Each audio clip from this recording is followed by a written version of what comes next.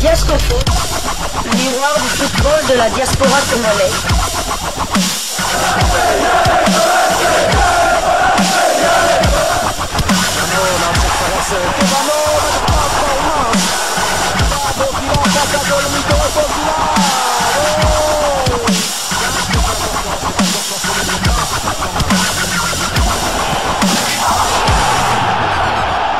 Diascofoot, le miroir du football de la diaspora congolaise.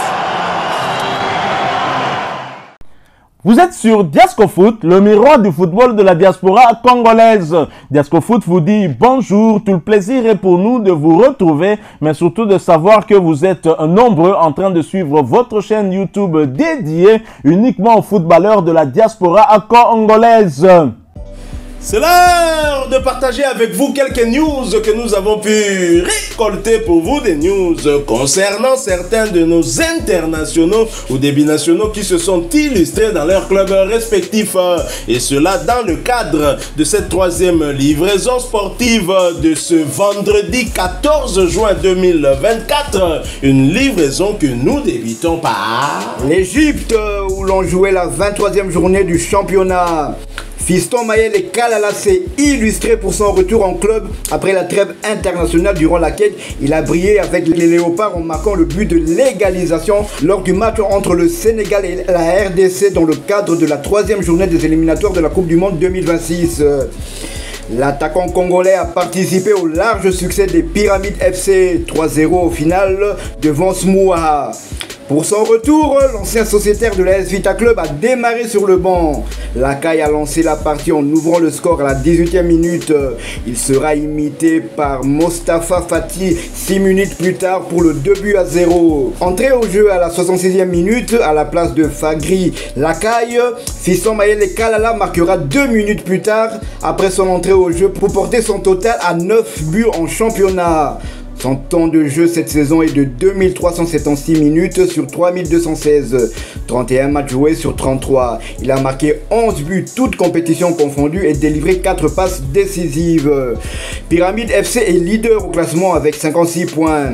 17 victoires, 5 nuls et 1 défaite. 37 buts marqués et 14 buts encaissés.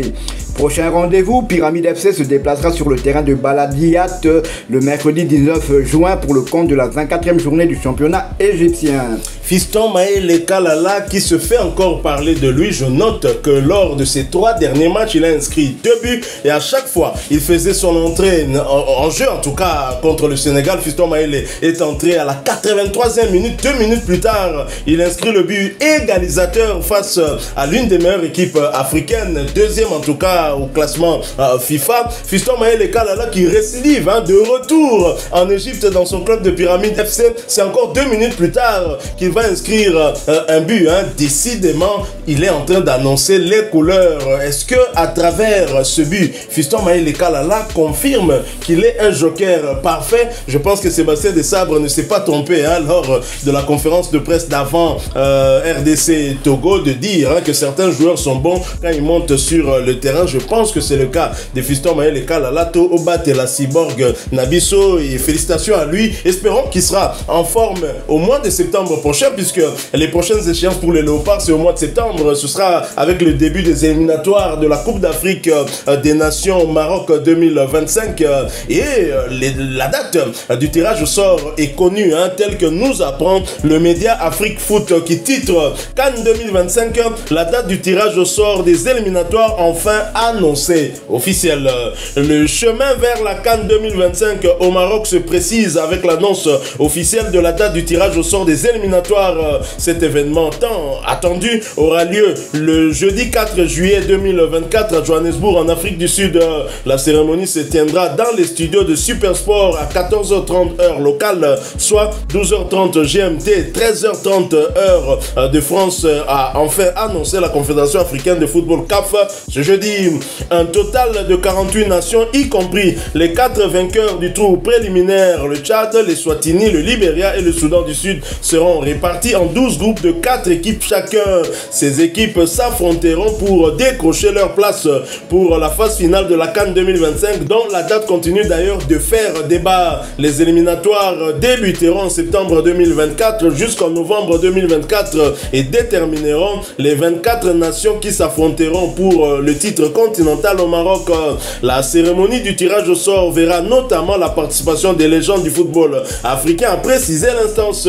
Quid des chapeaux? La CAF ne dit pas sur quoi elle va s'appuyer pour faire des chapeaux, mais ces derniers seront possiblement réalisés en fonction du prochain classement FIFA. À titre d'information et selon les estimations, le chapeau 1, celui des têtes de série, devrait inclure le Maroc, le Sénégal, le Nigeria, l'Égypte, la Côte d'Ivoire, la Tunisie, l'Algérie, le Mali, le Cameroun, l'Afrique du Sud, le Burkina Faso ainsi que la RD Congo. Dans le second chapeau, on devrait retrouver d'autres équipes de qualité. Le Cap-Vert, la Guinée, le Ghana, la Guinée équatoriale, le Gabon, la Zambie, l'Angola, le Bénin, la Mauritanie, la Namibie et le Kenya. Le Congo devrait, lui, figurer dans le chapeau 3 avec Madagascar, le Mozambique, le Togo, la Libye, la Guinée-Bissau, les Comores, la Tanzanie, le Zimbabwe, le Malawi, la Sierra Leone et le Soudan. Enfin, le 4e chapeau devrait réunir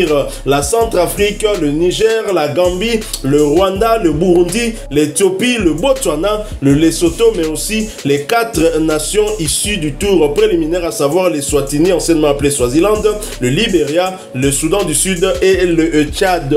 La République démocratique du Congo dans le premier chapeau, je pense, comme ce média Afrique Foot, que nous allons bien évidemment nous y retrouver, puisque lors des 2 derniers matchs officiels, on va faire un match nul du côté du Sénégal et on bat le Togo ici. Très clairement, la RDC sera parmi les 12 premières nations. En tout cas, on attend le prochain classement FIFA, bien entendu. Tout à fait, donc pourquoi pas la RDC dans le même groupe que le Cap-Vert, c'est du chapeau 2. Hein. Chapeau 2, oui. Cap-Vert, Congo-Brazza et le Rwanda. Oula. 3 derbies comme ça, pourquoi pas, ouais. Mais sinon, la RDC sort dans le chapeau 1. Bon, comme il y a quand même 2 pays qui seront qualifiés, 2 équipes par groupe qui seront qualifiées, ouais, pourquoi pas, bon, on attend le tirage au sort avec beaucoup d'impatience. Hein.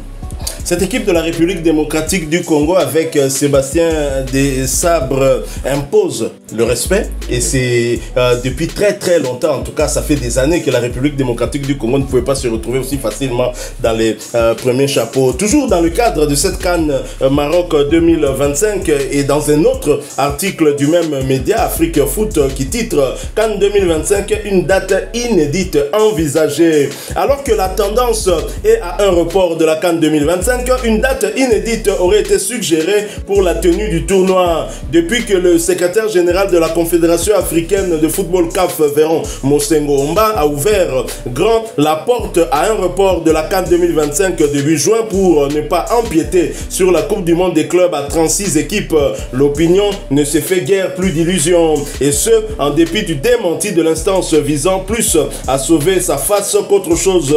De la mi-décembre à la mi-janvier, selon les dernières informations, le tournoi initialement prévu du 23 juillet au 21 août devrait bel et bien connaître un décalage à l'hiver.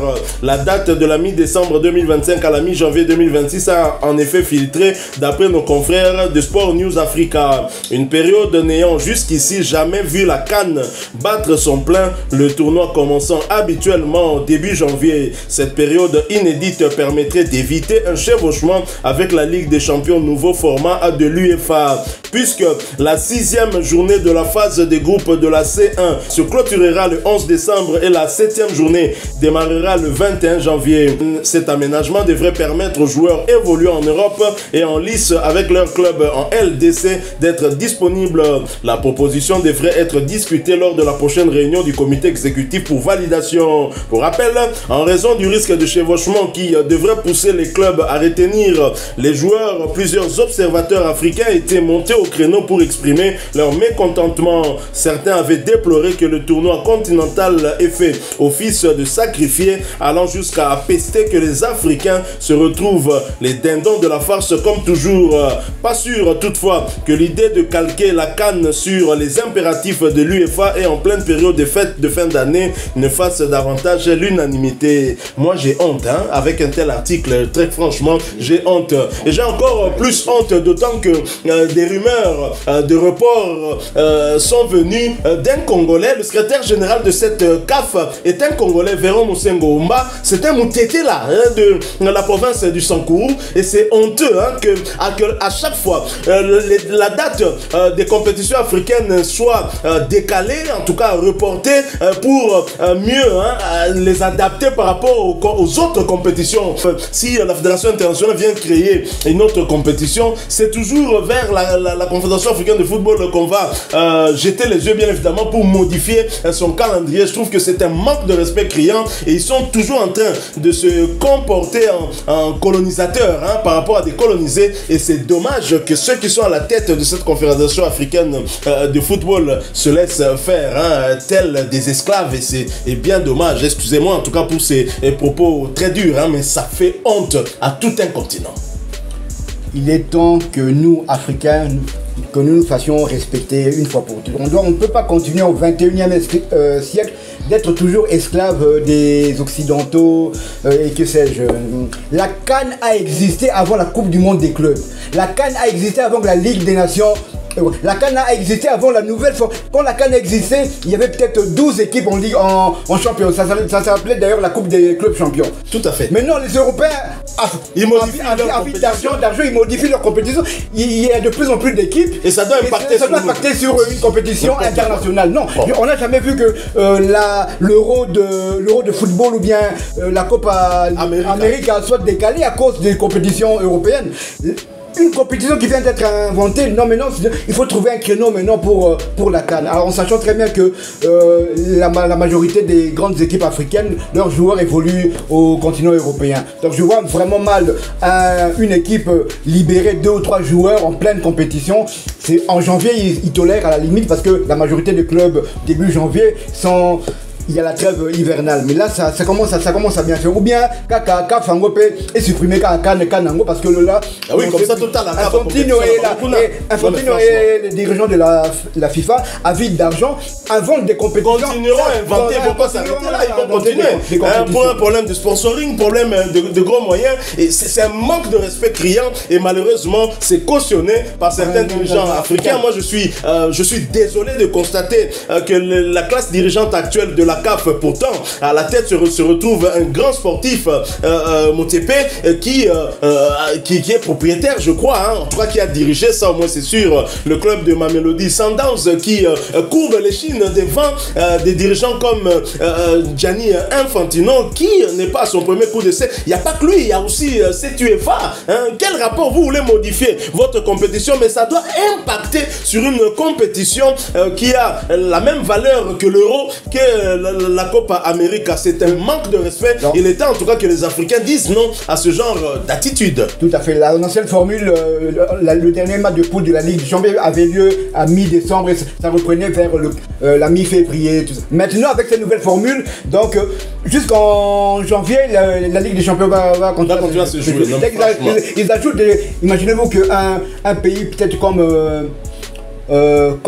l'Italie ou bien l'Espagne ou l'Angleterre, ils auront 5 joueurs en Ligue des Champions. Donc ça devient vraiment du grand n'importe quoi. Donc un tiers ou bien un quart des équipes allemandes vont jouer la Ligue des Champions.